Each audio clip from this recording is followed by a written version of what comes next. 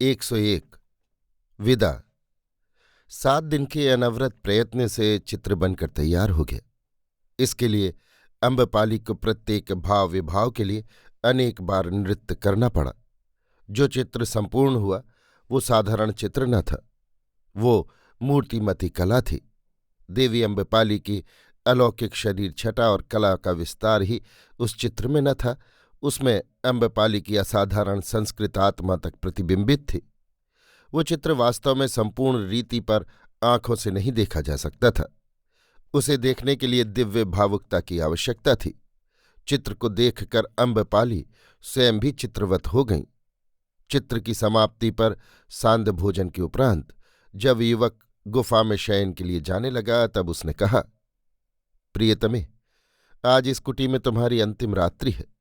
कल भोर ही में हम नगर को चलेंगे।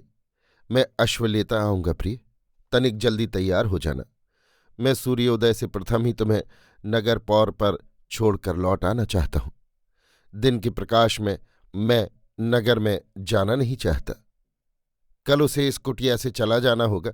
ये सुनकर अम्बपाली का हृदय वेग से धड़क उठा।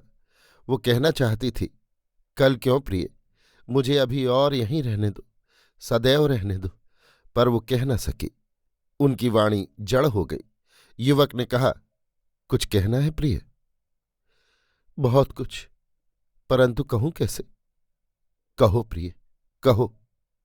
तुम छद्मवेशी गूढ़ पुरुष हो, मुझे अपने निकट ले आओ। प्रिय, मुझे परिचय दो। युवक ने सूखी हंसी हंसकर कहा, इतना होने पर भी परिचय की आवश्यकता रह गई प्रिय? मैं तुम्हारा हूं ये तो जान ही गई, और जो गेय होगा यथा समय जानोगी। उसके लिए व्याकुलता क्यों? कुछ देर चुप रहकर अम्बपाली ने कहा, तुमने कहाँ से ये अगाध ज्ञान गरिमा प्राप्त की है भद्र, और ये सामर्थ्य? ओह, मैं तक्षशिला का स्नातक हूं प्रिय। तिस पर अंग बंग कलिंग चंपा ताम्रपर्णी और संपूर्ण जम्बू द्वीपस्थ पूर्वीय उपद्वीपों में मैं भ्रमण कर चुका हूं, और मेरा ये शरीर संपत्ति पैतृक है। क्षण भर स्तब्ध रहकर अम्बपाली युवक के चरणों में झुक गई। उन्होंने कहा, भद्र, अम्बपाली तुम्हारी अनुगत शिष्य है और गुरु भी। युवक ने अम्बपाली को हृदय से लगाकर कहा, गुरु कैसे? फिर जानोगी प्रिय। अभी विदा, सुप्रभात के लिए। विदा प्रिय। युवक अंधकार में खो गया और देवी अम्बपाली अपने आप में ही खो गई। वो रात भर भूमि पर लेटी रही, युवक की पदधूलि को हृदय से लगाए। एक दंड रात रहे, युवक ने कुटी द्वार पर आघात किया। तैयार हो प्रिय? हाँ भद्र। युवक भीतर आ गया। क्या रात को सोई नहीं प्रिय तुम्हें? सोना जागना एक ही हुआ प्रिय। युवक कुछ देर चुप रहा, फिर एक गहरी सांस छोड़कर उसने कहा, अश्व बाहर है, क्या कुछ समय लगेगा? नहीं, चलो। युवक ने वो चित्र और वीणा उठा ली। उसने सिंह की खाल आगे रखकर कहा, ये उसी सिंह की खाल है, कहो तो इसे तुम्हारी स्मृति में रख लूं।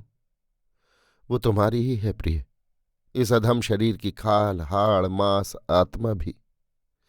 अम्बपाली की आंखों से मोती बिखरने लगे। दोनों धीरे धीरे कुटी से बाहर हुए। अम्बपाली के जैसे प्राण निकलने लगे। नीचे आकर देखा, एक ही अश्व है। एक अश्व क्यों? तुम्हारे लिए। और तुम? मैं तुम्हारा अनुचर पदातिक। परंतु पदातिक क्यों? तुम्हारे गुरुपद के कारण। ये नहीं हो सकेगा प्रिय। अच्छी तरह हो सकेगा। आओ, मैं आरोहण में सहायता करूं। परंतु तुम पदातिक क्यों भद्र? मुझे देवी अम्बपाली के साथ साथ अश्व पर चलने की क्षमता नहीं है प्रिय। देवी अम्बपाली लोकोत्तर सत्व है। युवक का कंठ स्वर कांपने लगा। अम्बपाली ने उत्तर नहीं दिया। वो चुपचाप अश्व पर चढ़ गई। युवक पदातिक चलने लगा। दोनों धीरे धीरे उपत्यका में उतरने लगे। उषा का प्रकाश प्राची दिशा को पीला रंग रहा था। वृक्ष और पर्वत अपनी ही परछाई के अनुरूप अंधकार की मूर्ति बने थे। उसी अंधकार में से वन के निविड़ भाग में होकर वो अश्वारोही और उसका संगी दोनों धीरे धीरे वैशाली के नगर द्वार पर आ खड़े हुए। अभी द्वार बंद थे। युवक ने आघात किया। प्रश्न हुआ, कौन है ये? चित्रभूमित्र। ठीक है, ठहरो, खोलता हूं। भारी सूचका यंत्र के घूमने का शब्द हुआ और मंद चीत्कार करके नगर द्वार खुल गया। युवक ने अश्व के निकट जा अम्बपाली से मृदु कंठ से कहा, विदा प्रिय। विदा प्रियतम। दोनों ही के स्वर कंपित थे। वीणा और चित्र देवी को देकर युवक तीव्र गति से लौटकर वन के अंधकार में विलीन हो गया और अम्बपाली धीरे धीरे अपने आवास की ओर चली। 102 वैशाली की उत्सुकता। जैसे देवी अम्बपाली के सिंह द्वारा आक्रांत होकर निधन का समाचार आग की भांति वैशाली के जनपद में फैल गया था, वैसे ही देवी के अकस्मात लौट आने से नगर में हलचल मच गई। सप्तभूमि प्रासाद के चमकते स्वर्ण कलशों के बीच विविध मीन ध्वज वायु में लहराने लगे। प्रासाद के सिंहपौर पर महादुंदुभी अनवरत बजने लगी। उसका गंभीर घोष सुनकर वैशाली के नागरिक निद्रा से जागकर आंखें मलते हुए सप्तभूमि प्रासाद की ओर दौड़ चले। देवी की आज्ञा से संपूर्ण प्रासाद फूलों, पताकाओं, तोरणों और रत्नजटित बंधनवारों से सजाया गया। भृत्य और बंदी चांदी के तोड़ीरों द्वारा बारंबार गगनभेदी नाद करने लगे। नागरिकों का ठट्ठ प्रासाद के बाहरी प्रांगण और सिंहपौर पर एकत्रित हो गया था। सभी देवी के इस प्रकार अकस्मात लोप हो जाने और फिर अकस्मात ही अपने आवास में लौट आने की रहस्यपूर्ण अद्भुत कहानी विविध भांति कह रहे थे। सर्वत्र ये बात प्रसिद्ध हो गई कि देवी अम्बपाली को गहन वन में क्रीड़ारत गंधर्वराज चित्ररथ गंधर्वलोक में ले गए थे। वहां गंधर्वराज ने मंजूघोषा वीणा स्वयं बजाई थी और समस्त दिव्य देहधारी गंधर्वों के सम्मुख देवी अम्बपाली ने अपार्थिव नृत्य किया था। उसकी प्रतिच्छवि गंधर्वराज ने स्वयं निर्मित की है तथा दिव्य मंजूघोषा वीणा भी देवी को गंधर्वराज ने दी है। दिन भर अम्बपाली अपने शयन कक्ष में ही चुपचाप पड़ी रहीं।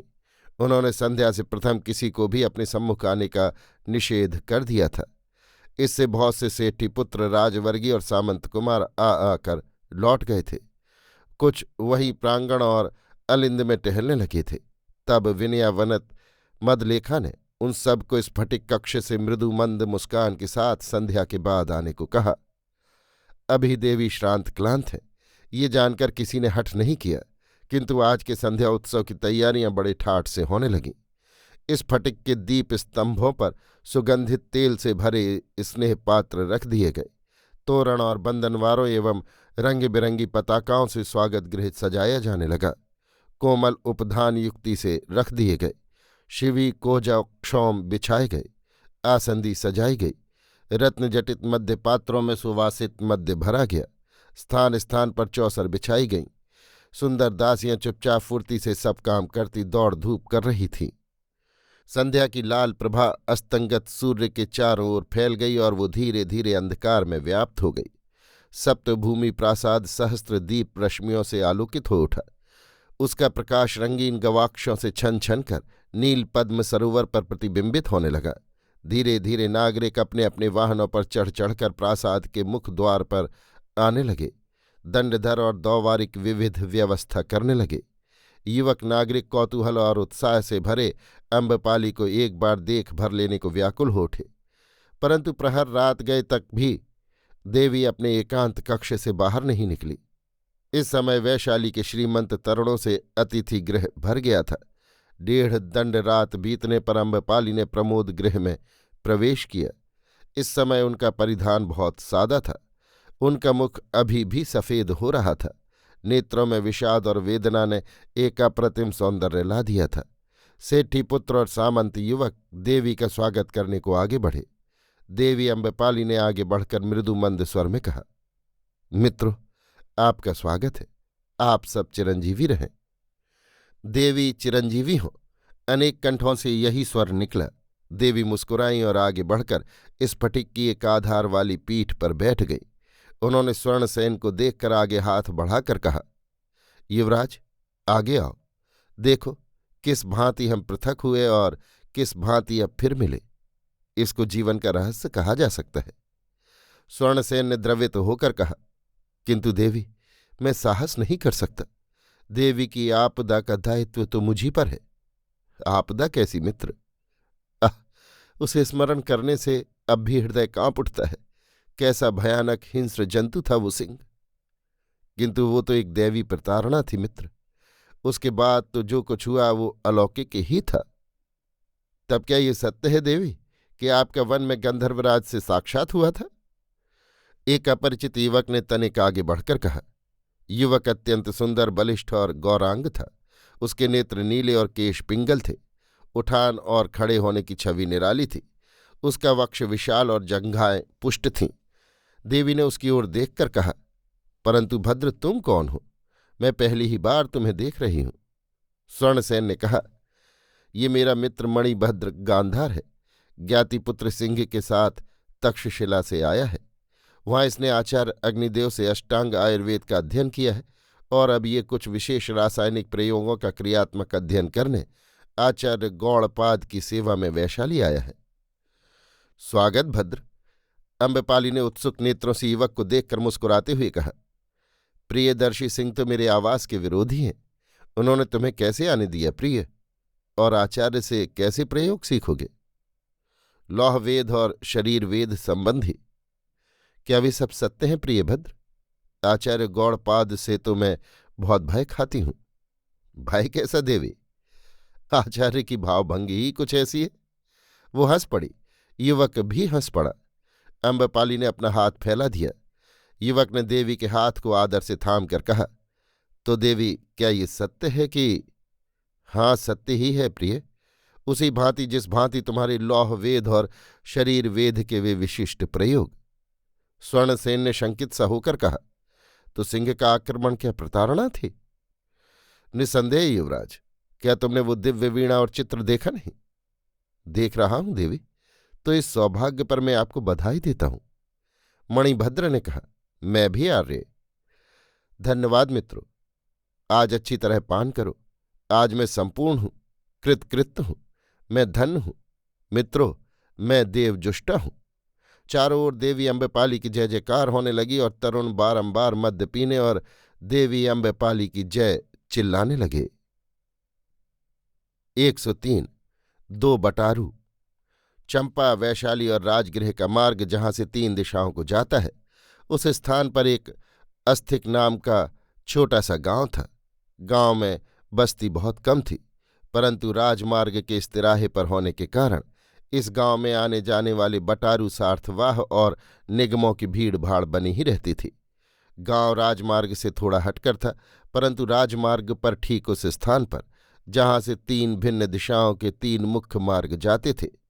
सेठियों और निगमों ने अनेक सार्वजनिक और व्यक्तिगत आवास, अटारी आदि बनवाए थे। एक पांथागार भी था, जिसका स्वामी एक बूढ़ा व्रात्य था। इन सभी स्थानों पर यात्री बने ही रहते थे। सूर्य मध्याकाश में चमक रहा था। पांथागार के बाहर पुष्करणी के तीर पर एक सघन वृक्ष की छाया में एक ब्राह्मण बटारू संध्या वंदन कर रहा था। स्थान निर्जन था। ब्राह्मण प्रौढ़ावस्था का था। उसका वेश ग्रामीण था। वो पांथागार में भरी हुई यात्रियों की भीड़ से बचकर यहाँ एकांत में आकर पूजा कर रहा था। इस बटारू ब्राह्मण का वेश ग्रामीण अवश्य था, परंतु मुख तेजवान और दृष्टि बहुत पैनी थी। इसी समय एक और बटारू ने उसके निकट आकर थकित भाव से अपने इधर उधर देखा और वृक्ष की छाया में बैठकर सुस्ताने लगा। ऐसा प्रतीत होता था कि उसका तन मन दोनों ही थके थे। सुस्ताकर उसने वस्त्र उतार पुष्करणी में स्नान किया और पाथे निकाल आहार करने बैठा तो उसने ब्राह्मण की ओर देख प्रणाम किया और पूछा, कहाँ के ब्राह्मण हैं भंते? मगध के। तो भंते, मेरे पास पाथे है, भोजन करिए। जैसी तेरी इच्छा गृहपति। तू कौन है? सेठी। कहाँ का गृहपति? वीति भय का। स्वस्ति गृहपति कहकर ब्राह्मण मौन हो गया। जिसे ब्राह्मण ने गृहपति कहकर सम्मानित किया था, उसने कुत्तक की गांठ खोल उसमें से एक बड़ा सा मधुगोलक निकालकर श्रद्धापूर्वक ब्राह्मण के आगे धर दिया। दूसरा मधुगोलक वो वहीं वृक्ष की छाया में बैठकर खाने लगा। ब्राह्मण की ओर उसने पीठ कर ली। ब्राह्मण भी भूखा था। नित्य कर्म से वो निवृत्त हो चुका था। उसने भी मधुगोलक को खाना प्रारंभ किया, परंतु ज्यों ही उसने मधुगोलक तोड़ा, उसमें से मुट्ठी भर तेजस्वी रत्न निकल पड़े। ब्राह्मण आश्चर्यचकित हो उस बटारू के मलिन वेश और दीन दशा की ओर देखने लगा। आश्चर्य बढ़ता जा रहा था। यदि ये वास्तव में इतना श्रीमंत है कि इस ब्राह्मण को गुप्त दान देना चाहता है, तो फिर इस प्रकार इसका भिक्षुक वेश क्यों है? क्यों पदातिक एकाकी यात्रा कर रहा है? फिर ऐसे मूल्यवान रत्नों के दाम तो बहुत हैं। ब्राह्मण सोचने लगा, इसमें कोई रहस्य है। जब दोनों भोजन कर चुके तब ब्राह्मण ने प्रसन्न दृष्टि से कहा, बैठ गृहपति, तेरा नाम क्या है? बटारू ने निकट बैठते हुए कहा, मैं कृतपुण्य हूं, वीति भय के सेठी धनावह का पुत्र। आहा, सेठी धनावह? अरे, वो तो मेरा यजमान था भंते। तेरी जय रहे गृहपति, पर तू एकाकी कहाँ इस तरह दरिद्र बटारू की भांति यात्रा कर रहा है? मैं चंपा जा रहा हूं भंते। चंपा? इस भांति साधन रहित? सुनू तो क्यों? क्या कहूं आर्य, मैं बड़ी विपन्नावस्था में हूं। कह भद्र, मैं तेरा पुरोहित हूं, ब्राह्मण हूं। तो आर्य, दुष्टा माता ने मुझे घर से बहिष्कृत किया है। अब मैं चंपा जा रहा हूं। वहां मेरी मध्यमा पत्नी का पिता रहता है, वहीं उसके आश्रम में। परंतु इस अवस्था में क्यों? मेरे पास धन नहीं है आर्य। पाथे कहाँ पाया? माता से छिपाकर मध्यमा ने दिया। ब्राह्मण कुछ कुछ मर्म समझ गया। वो संदेह की तीखी आंखों से बटारू को देखता रहा, फिर एकाएक अट्टहास करके हंस पड़ा। उस हंसने से अप्रतिभ हो बटारू ने कहा, आर्य के इस प्रकार हंसने का क्या कारण है? यही कि गृहपति, तू भेद को छिपा न सका। बटारू ने सूखे कंठ से कहा, भेद कैसा? तो तू सत्य कह भद्र, तू कौन है? जो कहा वो क्या असत्य है? असत्य ही है भद्र। कैसे जाना आर्य? तेरे नक्षत्र देखकर। तू तो सामंत पुत्र है। ब्राह्मण ने अपनी पैनी दृष्टि से बटारू के वस्त्रों में छिपे खड्ग की नोक की ओर ताकते हुए कहा। बटारू ने इस दृष्टि पर लक्ष्य नहीं किया।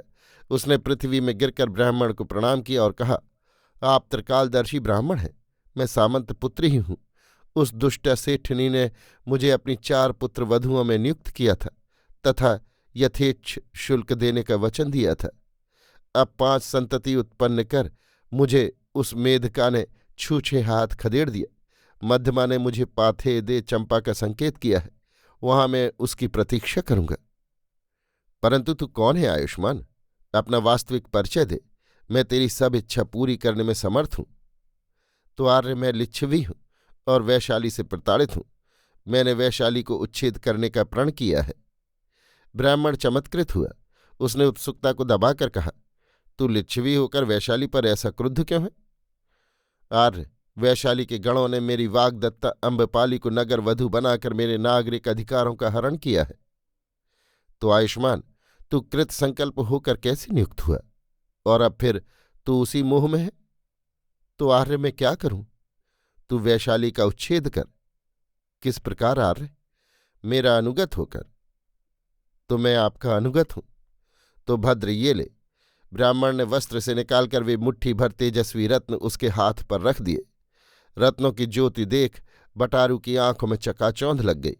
उसने कहा, ये रत्न मैं क्या करूं? इन्हें ले और यहां से 3 योजन पर पावापुरी है, वहां जा। वहां मेरा सहपाठी मित्र इंद्रभूति रहता है, उसे ये मुद्रिका दिखाना, वो तेरी सहायता करेगा। वहां उसकी सहायता से तू रत्नों को बेचकर बहुत सी विक्रय सामग्री मूल के दास दासी कम कर संग्रह कर ठाट बाट से एक सार्थवाह के रूप में चंपा जा और अपने श्वशुर गृहपति का अतिथि कृतपुण्य होकर रहे। परंतु वहां तू मध्यमा की प्रतीक्षा में समय नष्ट न करना। सब सामग्री बेच, श्वशुर से भी जितना धन उधार लेना संभव हो ले।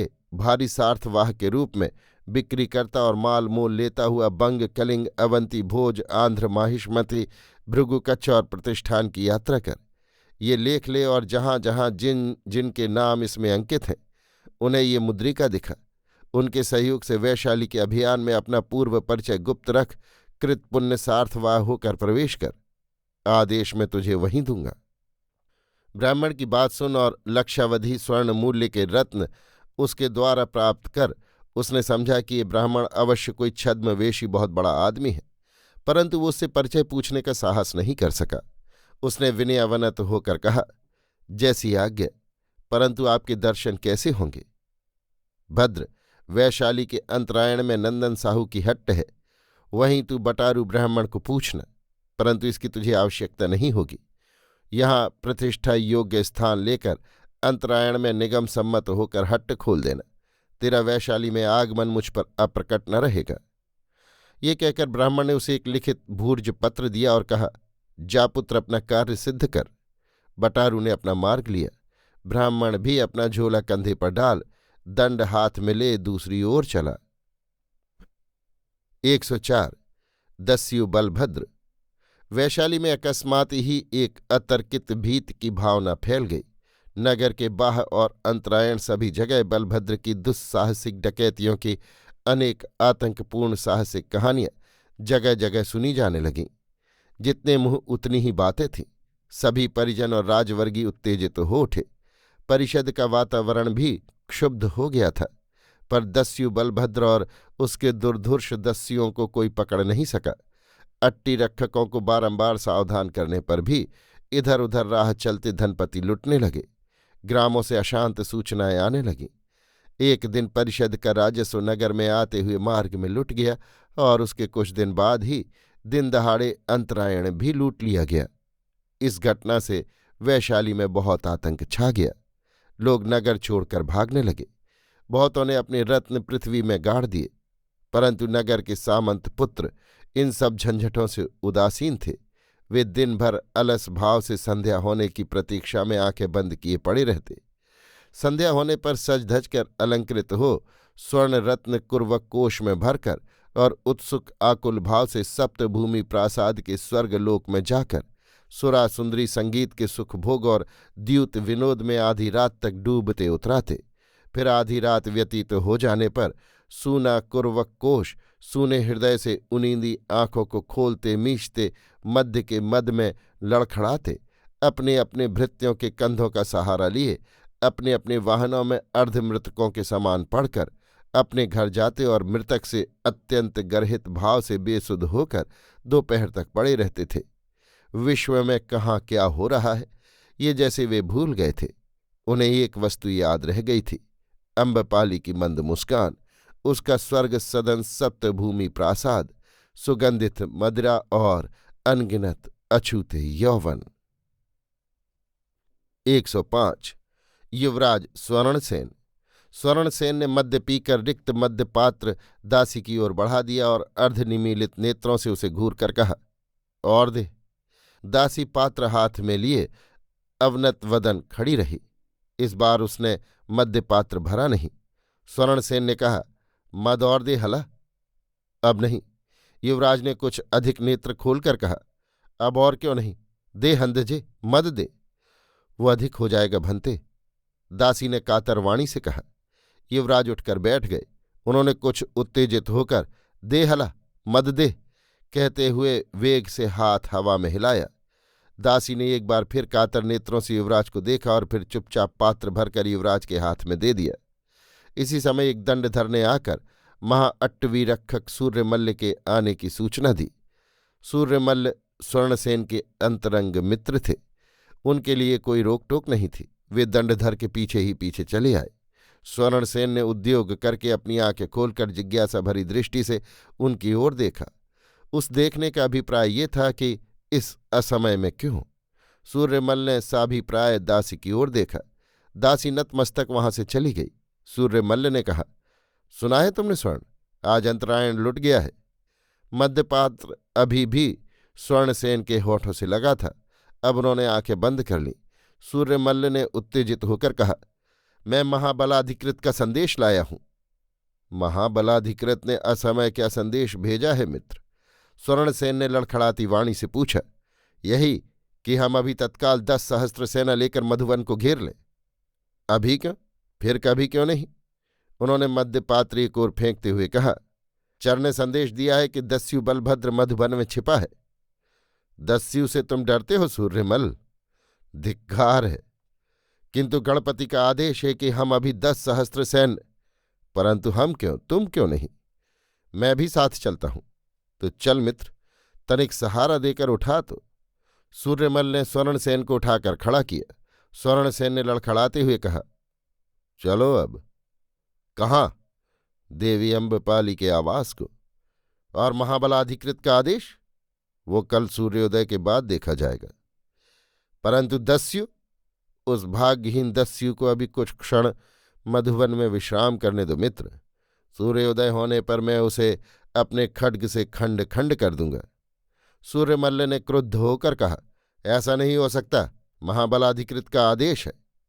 होने दे मित्र, मेरी बात मान। चल अम्बपाली के आवास में, पी सुवासित मद्य, चख रूप सुधा, संगीतालाप और भोग स्वर्ग सुख। चल मित्र। उसने कसकर सूर्यमल्ल का हाथ पकड़ लिया। सूर्यमल्ल ने विरक्ति से कहा, तब तुम जाओ देवी के आवास की ओर, मैं अकेला ही मधुवन जाऊंगा। अरे मित्र, तू नितांत रसिक है।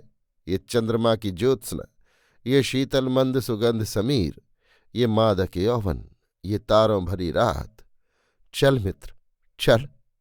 युवराज एक बारगी ही सूर्यमल्ल के कंधे पर झुक गया और वे दोनों अंधकार पूर्ण राजपथ पर धीरे धीरे चले अम्बपाली के आवास की ओर।